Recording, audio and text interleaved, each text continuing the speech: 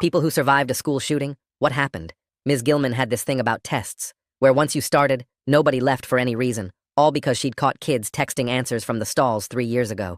So when we heard what sounded like firecrackers down the hall during our AP history exam, my hand shot up immediately. Ms. Gilman didn't even look at me, just pointed to the rule posted on her wall in bold red letters. No student leaves during testing. Ms. Gilman, those were gunshots, I said, recognizing the sound from hunting with my dad every winter since I was 12. She actually laughed, that dismissive little chuckle she did when she thought we were being dramatic, before saying, "Tyler, I've been teaching for 23 years. I know construction noise when I hear it. Now eyes on your paper." My best friend Rory was sitting next to me, his pencil frozen mid-word, and when we heard another pop, pop, pop, closer this time, maybe 2 hallways over, I watched the color drain from his face while Ms. Gilman calmly walked to her desk and typed something on her computer, probably emailing maintenance about the noise. The intercom crackled, but no announcement came through, just this weird static that made my skin crawl. Beth in the front row whispered, "My sister's class is in lockdown, she just texted me." But Ms. Gilman snapped her fingers at her, confiscated her phone, and said, "That's an automatic 0, Beth. You know the rules." I stood up, my metal chair scraping against the floor, and said, "We need to leave, now." But she moved between me and the door, her hands on her hips in that power stance she always did, saying, "Sit down, Tyler, or you'll be joining Beth with a 0. The pops were definitely getting closer, and I could hear something else now, running footsteps in the hallway above us. Kaylee started crying, mascara running down her face as she begged, "Please, Ms. Gilman, please, can we just hide?" But Ms. Gilman walked over to the door and did the worst thing possible. She locked it from the inside, trapping us in, saying, "Nobody is disrupting my test." That's when we heard actual humans screaming from somewhere in the building, and half the class jumped up. But Ms. Gilman stood firm against the door, her face red as she shouted, "The first person who moves fails this class." And I couldn't believe this was happening, that she was more worried about test integrity than our lives. Peter grabbed my arm, whispering, "The windows, we can get out the windows." But they were those safety windows that only opened 6 inches, and we were on the 2nd floor anyway, and Ms. Gilman saw us looking and actually moved her desk chair to block the window area, saying, "Don't even think about it." The footsteps were on our floor now, heavy boots, not sneakers, and they were methodical, stopping at each door, trying handles, and my heart was pounding so hard I thought I might throw up right there on my test paper. "Please," I tried one more time, my voice cracking. "My dad was in the military. Those are gunshots. We need to follow lockdown protocol." But she laughed again, that same dismissive sound, and said, "Your dad should have taught you to respect authority then." When we heard the door handle rattle 2 classrooms down, I made the choice that probably saved 28 lives. I picked up my desk chair and threw it through the window, safety glass exploding everywhere, and screamed, "Everybody out now!" While kids stampeded past Ms. Gilman, who was shrieking about suspension and expulsion and criminal destruction of property. Peter and I literally had to drag Beth, who was frozen in fear, and we pushed people onto the lower roof of the cafeteria, helping them drop the 8 feet to the ground, while Ms. Gilman stood there with her gradebook clutched to her chest, still yelling about rules and procedures, even as we heard our classroom door handle turn behind her. The officer who interviewed me later showed me the security footage timeline on her laptop, her hand shaking as she pointed to the timestamp, and I felt my entire body go cold when I realized the shooter entered our hallway exactly 37 seconds after the last student dropped from that roof. "He had a list," she said quietly, showing me the piece of paper they'd found. "Room 237 was circled 3 times. That's your classroom." My mom grabbed my hand so tight I thought she'd break it when the agent continued. "The lockdown announcement system had been damaged in the first minute. That's why you only heard static. But your teacher had received the email alert on her computer." She showed us the screenshot, the email Ms. Gilman had minimized to keep typing her maintenance complaint, the one marked, "Urgent. Active shooter. Initiate lockdown immediately." Time-stamped 3 minutes before I threw the chair. Nobody said anything for what felt like forever after that. My mom's fingers wrapped around mine so tight I could feel her pulse racing through her palm. Dad's jaw did that thing where the muscle jumps under his skin, the same way it did when our neighbor backed into his truck last year. Detective Mayer reached into a manila folder and pulled out another piece of paper, sliding it across the metal table toward us. The shooter's notebook page had our room number written over and over in red pen, circled so many times the paper was torn through in spots. She pointed at the dates in the margins and told us he'd been planning this for 3 weeks, had our whole AP history schedule memorized, knew we'd all be stuck in that room for the 2-hour exam period. My stomach turned when I saw he'd drawn a little diagram of our classroom with X marks where all the desks were. The detective flipped to another page showing his internet searches about our school's testing policies and how Ms. Gilman never let anyone leave during exams. Dad pushed his chair back so hard it scraped against the floor and walked to the corner of the room, his hands pressed against the wall. Mom asked if there was anything else we needed to know, but the detective just closed the folder and said she'd be in touch. We walked out to the parking lot where news vans were already setting up across the street. Dad drove us home without saying a word, his knuckles white on the steering wheel, until he pulled into a gas station about halfway there. He put the car in the park and just sat there staring at the dashboard while cars pulled in and out around us. His shoulders started shaking, and he said he was proud of me, but those 37 seconds kept playing in his head. I'd never seen him cry before, not even when Grandpa died, but tears were rolling down his face as he kept saying 37 seconds over and over. Mom reached over and grabbed his hand while I sat in the back seat not knowing what to do. My phone started buzzing in my pocket, and when I looked, there were already 43 messages waiting. Screenshots from news articles were spreading through our group chats, with headlines about the shooting at our school. Some kids from my class were calling me a hero for breaking the window, but others were already posting that I'd caused a panic for no reason. One message from a number I didn't recognize said I should have just listened to the teacher like everyone else. Peter texted me that people were arguing about whether I saved everyone or just made things worse by breaking the rules. Mom's phone dinged with an email notification, and she showed us the message from Principal Pennington to all parents. He called it an unfortunate incident and said the school had followed all standard protocols during the emergency. There wasn't a single word about Ms. Gilman ignoring the alert or keeping us locked in the room. He announced school would be closed for the rest of the week to review safety procedures and assess the building. Our class group chat was going crazy with everyone taking sides about what happened. Half the kids were defending. Ms. Gilman saying she was just doing her job and following the rules she'd always had. The other half couldn't believe she'd ignored an active shooter alert to protect her stupid test. Peter started taking screenshots of everything because kids were already deleting their messages when their parents saw them. Someone posted that their mom said we could all get in trouble for talking about it online before the investigation was done. Arguments broke out about whether Ms. Gilman was a victim too, or whether she'd almost gotten us killed. Kids who weren't even in our class started joining the chat to give their opinions about what we should have done. Around midnight, my phone buzzed with a text from Rory saying he couldn't sleep. He kept hearing those footsteps in the hallway, the heavy boots stopping at each door. We stayed up texting back and forth about the little things we remembered from those few minutes, how the doorknob had turned, so slowly, like someone was testing if it was locked right before I threw the chair, how Ms. Gilman's face went white when she heard the door handle behind her after we'd all gotten out, how some kids had left their phones and wallets behind in the rush to escape. Rory said he kept thinking about what would have happened if I hadn't broken that window. At 3 in the morning, I woke up to what sounded like a gunshot outside my window. My whole body hit the floor before my brain even processed it was just our neighbor's old car backfiring in their driveway. I was shaking so bad I couldn't stand up, my heart pounding like it was trying to break out of my chest. Mom must have heard me fall because she came in and found me curled up beside my bed. She didn't say anything, just sat down on the floor and pulled me against her while I tried to remember how to breathe normal. She rubbed my back the same way she did when I was little and had nightmares about monsters. 3 days later, we had to go back to the school to get our stuff from room 237. Parents had to sign special forms, and we could only go in small groups with security guards. The window I'd broken was already covered with plywood, and someone had swept up all the glass. Ms. Gilman was there packing boxes at her desk, keeping her eyes down while we grabbed our backpacks and books. Beth's test paper was still on her desk, with a big red 0 written across the top. My desk still had my pencil on it right where I'd dropped it when I stood up. Nobody talked while we packed our things into plastic bags the school had provided. On the way out, Principal Pennington stopped me in the hallway and asked to speak with me privately.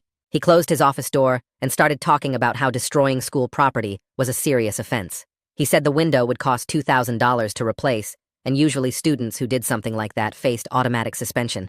His voice got quieter when he mentioned my family might be held financially responsible for the damage. He kept saying they were reviewing the circumstances, but the way he looked at me made it clear what he thought should happen. My dad was waiting in the hallway when I came out of the principal's office, and the way his face changed when he saw mine told me he already knew what Pennington had said. We drove straight to the police station, where Detective Gwyneth Mayer was waiting for us in a small interview room with a laptop and stacks of folders spread across the metal table. She had me go through everything again from the beginning, every single second from when we first heard the pops to when the last kid dropped from the roof. Her fingers flew across the keyboard as I talked, stopping me sometimes to ask about exact positions in the classroom or which direction sounds came from.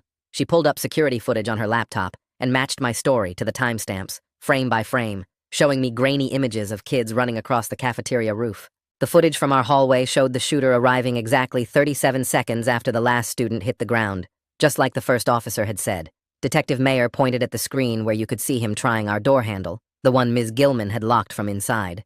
She confirmed that without my actions, he would have found all 28 of us still sitting at our desks. That evening, the whole community gathered at the Civic Center for a vigil, and I sat in the back row with my parents, while they read the names of the 3 students who died in other parts of the building: Sarah Hartley from the science wing, Harry Rodriguez from the library, and Jamie Walsh, who was in the bathroom when it started. Each name hit me like a punch, because that could have been us, all of us, in room 237, if I hadn't thrown that chair. The next morning, I was sitting on our front steps trying to eat breakfast when a girl with a press badge walked up our driveway. Thea Page introduced herself as a student journalist from the school paper and said she'd been hearing rumors that I'd caused unnecessary panic and wanted to get the real story out there. She had a notebook and a small recorder and asked if I'd talk to her about what actually happened. My mom came outside and started to tell her to leave, but I said I'd do it because people needed to know the truth. We sat on the porch while I went through it all again, and Thea wrote down everything, asking for specific times and checking details against what other students had told her. She'd already talked to Beth and Peter, who backed up everything I said about Ms. Gilman ignoring the warning. My parents had scheduled an emergency appointment with Radha Bhatia that afternoon, a therapist who specialized in trauma cases. Her office had these soft chairs and dim lights, and she explained that my body was stuck in survival mode, that the shaking and the jumping at loud sounds was normal after what happened. She taught me these grounding exercises where I had to name 5 things I could see, 4 I could touch, 3 I could hear, 2 I could smell, and 1 I could taste. We practiced breathing techniques, and she gave me this rubber band to snap on my wrist when I felt the panic starting. That night at dinner, my dad brought up getting a lawyer, saying the school seemed more worried about covering their butts than what actually happened to us. I didn't want to make this some big legal thing, but he insisted we at least talk to someone about our options, especially after what the principal had said about the window. He'd already made some calls and found someone who dealt with school stuff. The next day, someone posted a video on Facebook that was edited to make it look like I just randomly went crazy and destroyed property. They'd cut out all the parts with the gunshots and screaming, just showing me throwing the chair and kids running. It spread through our local community groups, and suddenly my phone was blowing up with messages from people I didn't even know calling me unstable and saying I should be locked up. My mom spent hours reporting the video and trying to get it taken down, but it kept getting reposted. Thea published her article 2 days later with my full account, plus timestamps from the security footage and statements from Beth and Peter confirming everything. The comments section turned into a war zone with some people supporting me and others saying I'd overreacted and caused unnecessary damage. At least the real facts were finally out there with evidence to back them up. Detective Mayer called me back to the station to show me something she'd found in the investigation. She had this detailed map the shooter had drawn of the building with timestamps at each location, showing his planned route. Room 237 was marked as his 4th stop, circled multiple times with an estimated arrival time that matched when he actually got there. She explained he'd studied our testing schedule and expected to find us all locked in place following standard protocol. The map showed he'd allocated 5 minutes for our classroom. Principal Pennington held a press conference the next day, where he praised the quick thinking of students without actually naming anyone. He went on about how the school had followed all procedures and how they were reviewing their safety protocols. But when reporters asked about the email alert, he just said they were investigating all aspects of the incident. Someone leaked an email thread to Thea, showing faculty messages from that morning where multiple teachers had asked about the test integrity policy during emergencies. The administration's response, sent just 2 weeks before the shooting, stated that maintaining academic standards was paramount and that test security couldn't be compromised for drills. 3 days later, my mom showed me her phone, where Ms. Gilman's union had posted this long statement about how she was just following the rules the school gave her, and the whole thing was too confusing for anyone to make good choices. They actually called her a victim too, which made me want to punch something because she saw that email and chose to ignore it while we could have died. Thea texted me that night saying someone who wouldn't give their name told her our school had covered up another incident 2 years ago where a teacher were ignored, a fire alarm during state testing, and 3 kids got smoke inhalation. The source said the teacher got transferred quietly and parents were paid off to keep quiet, but nobody would go on record because they all signed agreements. The school board announced an emergency meeting for Thursday night and said they'd stream it online for anyone who wanted to watch.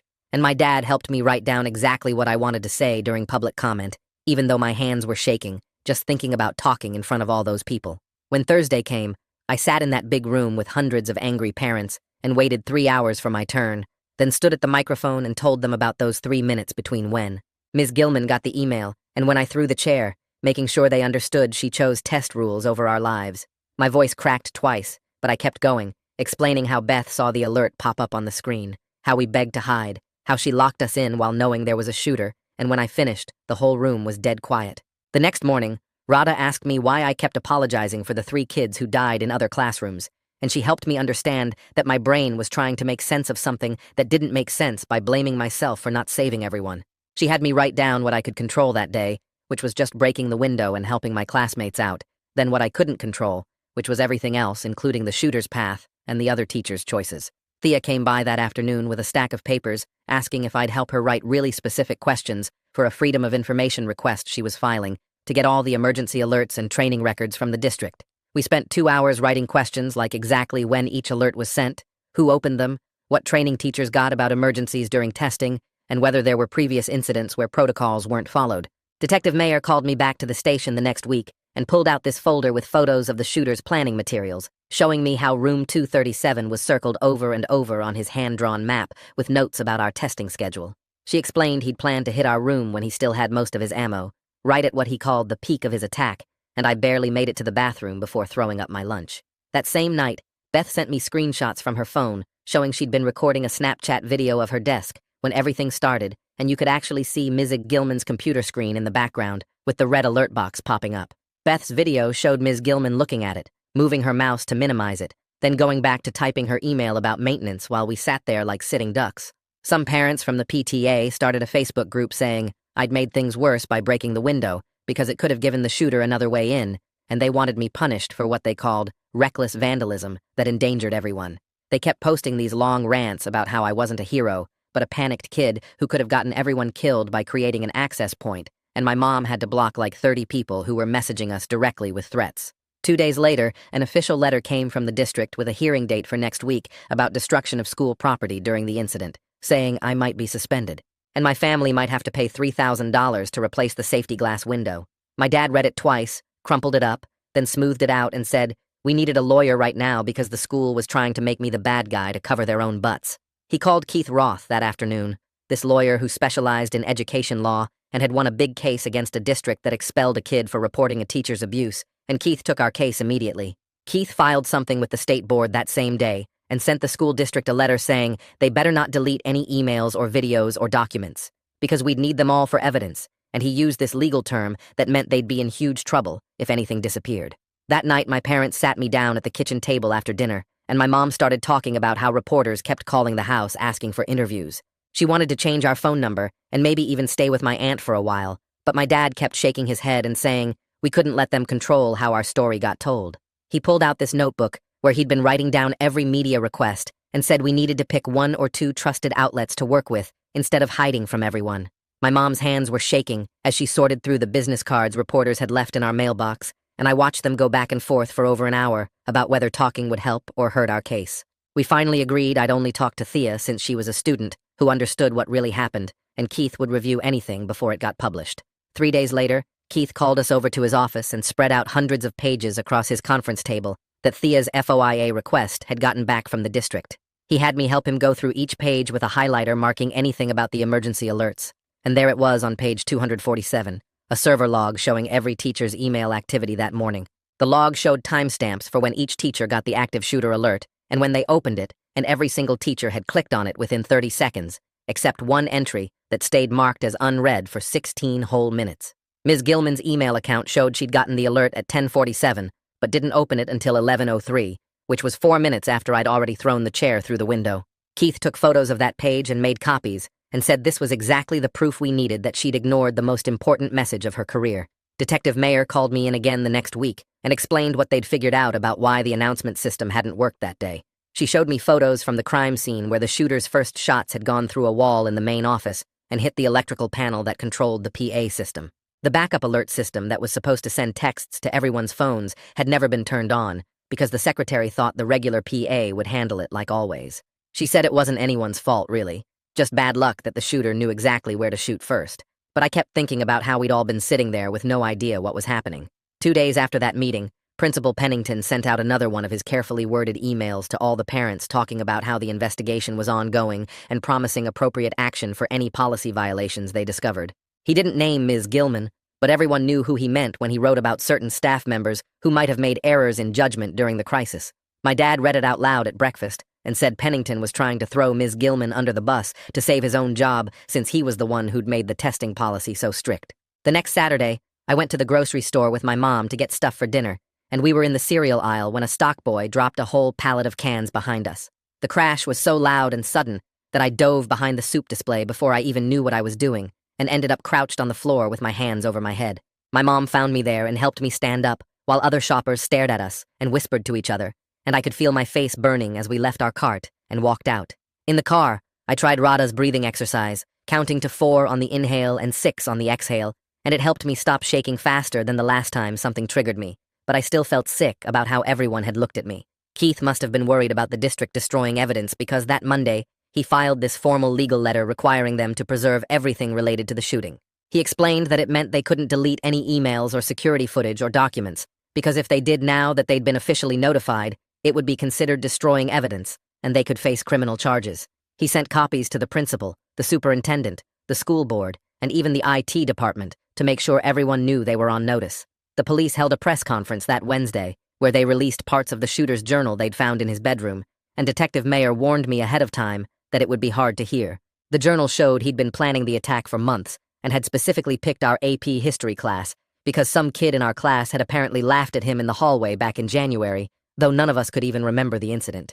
He'd written room 237 over and over in the margins and drawn diagrams of our classroom layout and noted that we'd all be stuck there during the exam period with no way to leave. The worst part was reading his note about how Ms. Gilman's strict testing rules meant we'd be trapped in easier targets, which made me throw up in the police station bathroom.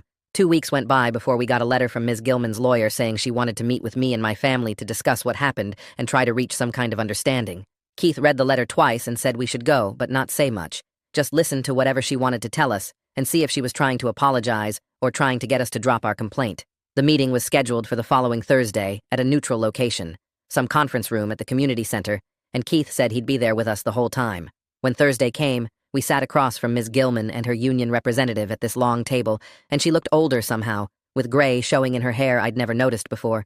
She started talking about how scared she'd been that day and how she'd made what she called a judgment error in the heat of the moment, but she kept insisting she thought she was protecting us by maintaining order. Keith had told me not to react no matter what she said, so I just sat there while she went on about her 23 years of teaching and her clean record and how this one mistake shouldn't define her whole career. She mentioned her teaching license 4 times, but never once asked if we were okay, or said she was sorry we'd almost died in her classroom, and my mom had to grab my hand under the table to keep me from saying something. Thea had been working on this big article comparing what the school's written policies said should happen in an emergency versus what actually happened that day, and it finally went live on the news website that night. She'd found training documents that said teachers should immediately implement lockdown procedures when notified of any threat, but Ms. Gilman had done the opposite by locking us in without following any of the hiding protocols. The article included a timeline showing how the administration failed at every level, from the broken PA to the were ignored emails to the backup system never being activated, and within hours, it had been shared thousands of times. People from other states started commenting about their own schools and asking if the same thing could happen to their kids. And suddenly, our local tragedy was part of a national conversation about school safety and whether teachers really knew what to do in an emergency. The next morning, a thick envelope showed up at our door from the district's legal department, and my dad opened it while we sat around the kitchen table drinking coffee that had gone cold. Inside was this official-looking document that basically said they'd drop all the charges about the broken window if I signed away my right to talk about what happened that day. And Keith took one look at it before he started laughing, so hard he had to put his glasses on the table.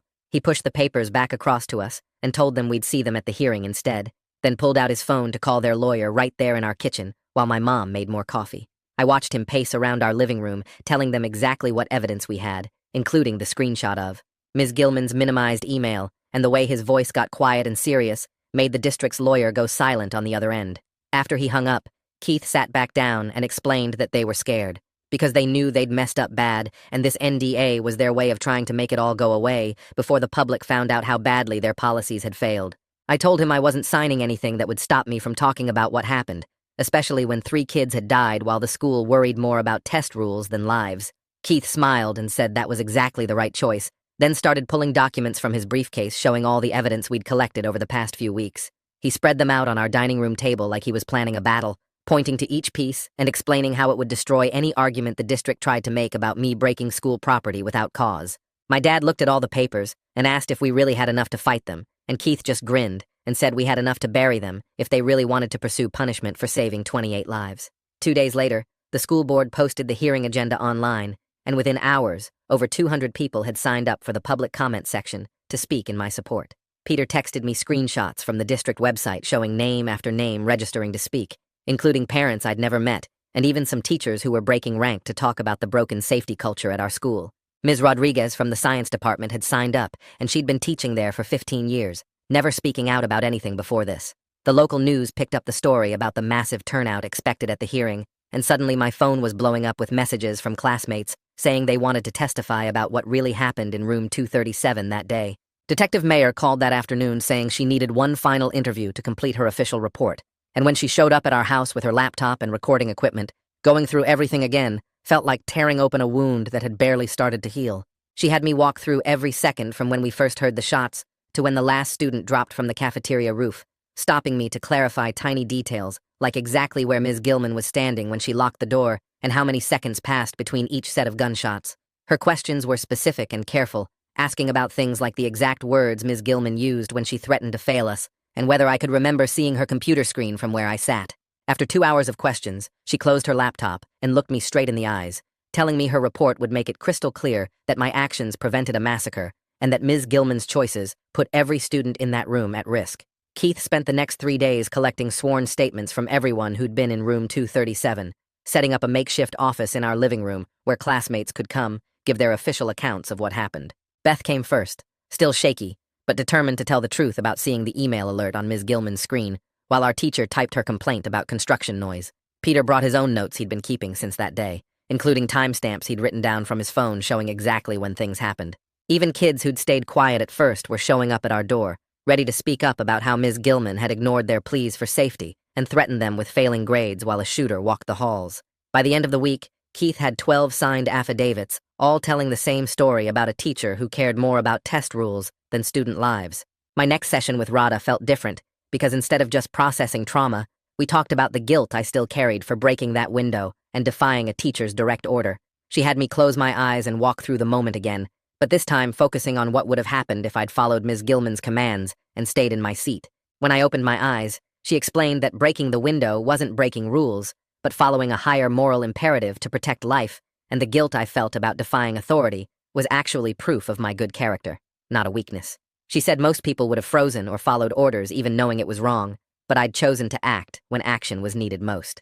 3 nights later, my dad went out to move his truck and found a note tucked under the windshield wiper that said, I should have minded my own business and kept my mouth shut about what happened. The paper was just regular printer paper with block letters written in black marker, but the message was clear enough to make my hands shake when I read it. My parents called the police immediately, and within an hour, we had 2 officers at our house taking photos of the note and asking if we'd seen anyone suspicious around the neighborhood. They started doing extra patrols past our house every few hours, which made me feel both safer and more anxious, because it meant they were taking the threat seriously enough to use resources on it. The next morning, Principal Pennington sent out a memo to all families claiming the school had followed all protocols perfectly and that no policies had been breached during the incident. Thea texted me within minutes of the email going out, already digging through her files, and within 2 hours, she'd found the smoking gun we needed. She'd gotten copies of training slides from the previous year's mandatory safety workshop that directly contradicted every claim in Pennington's memo, including one slide that specifically said, teachers must immediately implement lockdown procedures upon receiving any threat notification, not wait for verbal confirmation. The slides also showed that classroom doors should be locked from the outside during lockdowns to prevent anyone from entering, not from the inside, which would trap students, exactly what Ms. Gilman had done wrong. Thea posted side-by-side comparisons of Pennington's claims and the actual training materials on the news website, and within an hour, it had been shared over 1,000 times with parents demanding answers about why the principal was lying about what happened. 2 days later, an IT specialist who'd been helping with the investigation sent Keith something that made him actually gasp out loud when he opened the email attachment.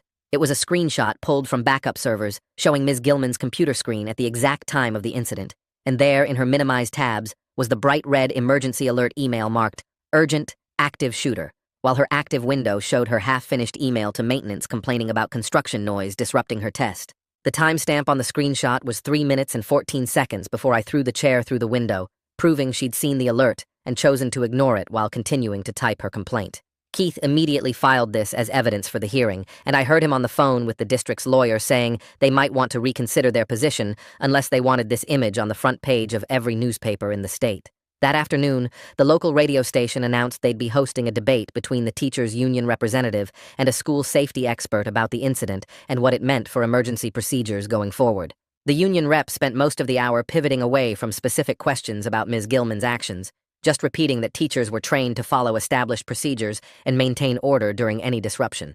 Meanwhile, the safety expert calmly explained how those exact procedures were fatally flawed and had been designed for a different era when school shootings weren't a real threat, pointing out that rigid adherence to rules during an active shooter situation was literally the worst possible response. Keith picked me up early the next morning, and we spent 4 hours in his office going over every single detail of what happened that day. He had me tell the story over and over until I could say it without my voice shaking, without getting angry when he played devil's advocate and asked if maybe I'd overreacted to construction noise. He taught me to pause before answering, to keep my hands still on the table, to look directly at whoever was asking questions, even when they tried to make me feel small. We practiced with him pretending to be the board members, throwing every awful question he could think of at me while I sat there in my dad's only suit that Mom had to safety pin in the back to make it fit. The morning of the hearing, my stomach was so twisted I couldn't eat breakfast, and when we walked into that conference room at the district office, I saw 12 board members sitting behind a long table like judges. I sat down at the small desk they'd put in the middle of the room, my parents behind me, Keith beside me with his briefcase full of evidence. The superintendent started by reading the charges against me for destroying school property, and I had to sit there silent while he made it sound like I'd just randomly decided to trash a classroom. When it was finally my turn to speak, I stood up, even though Keith said I didn't have to, and I told them exactly what happened, starting with the first pops we heard during the test. I explained about recognizing the sound from hunting with my dad, about Beth's text from her sister, about the static on the intercom because the system was already damaged. I kept my voice steady when I described Ms. Gilman locking us in from the inside, trapping 28 students while she typed her email complaint about noise. The board members started shifting in their seats when I got to the part about hearing the door handle rattle 2 classrooms away, about making the choice to throw the chair through the window. One board member actually gasped when I said the shooter entered our hallway 37 seconds after the last student dropped from that roof. Detective Mayer went next, and she didn't mess around with opinions or feelings, just laid out the facts with timestamps and evidence photos. She showed them the shooter's notebook with room 237 circled 3 times, explained how his path would have brought him to our room at the height of his ammunition supply. She stated clearly that based on the evidence and the timeline, my actions directly prevented what would have been the deadliest part of the attack. The IT specialist's screenshot got passed around showing Missy Gilman's computer screen with the emergency alert minimized while she typed about maintenance. Then, Ms. Gilman's attorney stood up, and I couldn't believe what I was hearing as he said she'd been confused and scared, that she thought she was maintaining order in a chaotic situation. He said she admits she received the alert, but didn't understand its urgency, and she offers her sincere apologies to the students for any distress her actions may have caused. The word may made my dad's jaw clench so hard I could hear his teeth grinding from where I sat. The board went into closed session for 45 minutes while we all waited in the hallway, my mom holding my hand so tight, my fingers went numb. When they called us back in, the superintendent read their decision in this flat voice like he was reading a grocery list. They imposed a 30-day unpaid suspension on Ms. Gilman plus mandatory crisis management retraining, but they wouldn't fire her because she had 23 years of otherwise good service.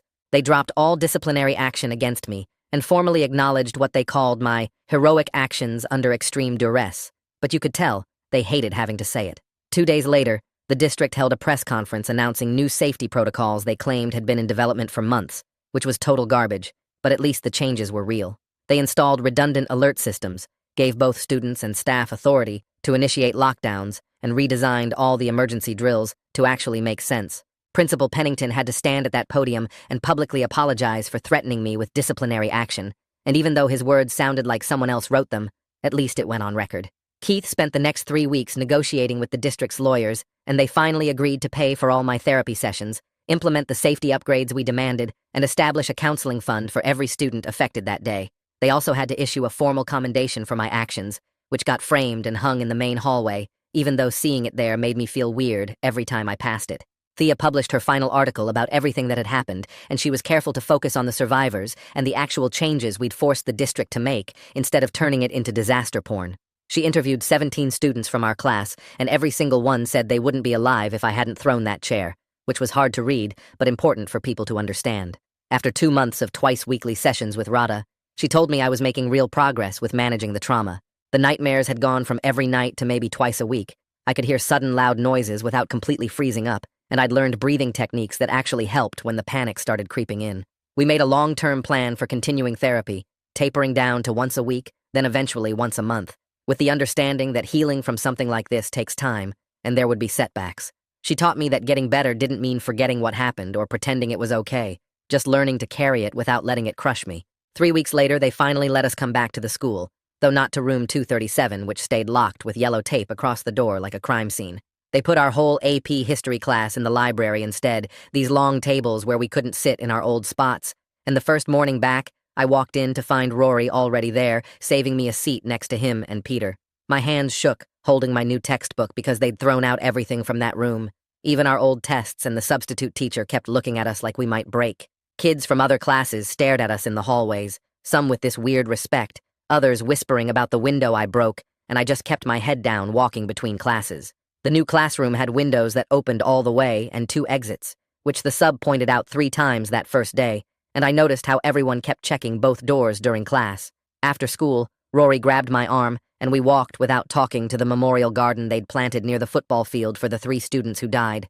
Fresh dirt surrounded 3 small trees with plaques I couldn't read through the blur in my eyes, and we stood there for maybe 20 minutes not saying anything while other kids left flowers and notes.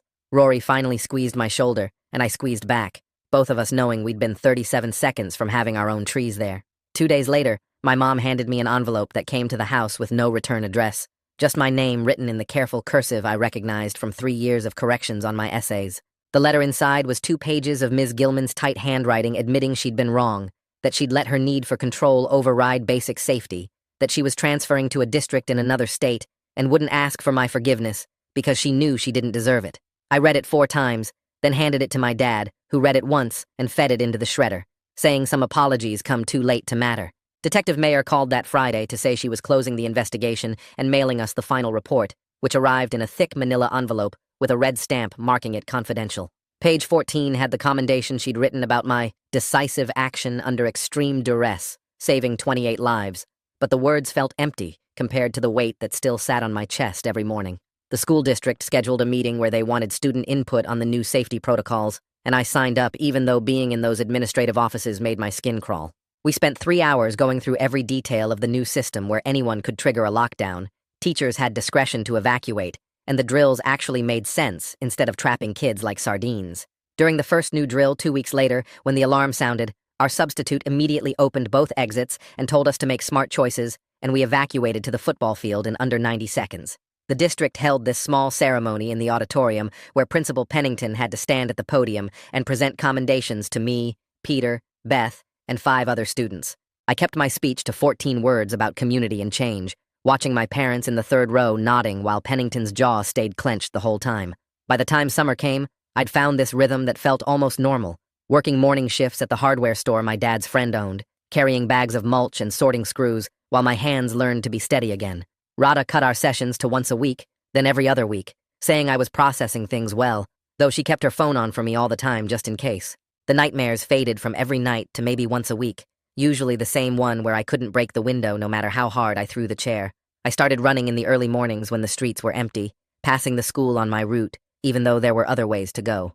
4 months to the day after everything happened, I was jogging past the main entrance when construction workers renovating the damaged wing dropped a steel beam that hit the concrete with this massive clang that echoed off the buildings. My whole body tensed, and I stumbled but kept running, my breathing staying controlled the way Radha taught me, and I made it all the way home without stopping. Standing in my driveway, catching my breath, I realized the sound hadn't sent me to the ground like it would have even a month ago, and maybe that was what getting better looked like. Not forgetting, but learning to keep moving when the world made sudden loud noises. Thanks for letting me poke around these questions with you today. Really hope my little wonderings were worth your time. I'll catch you next time. Subscribe for more content like this.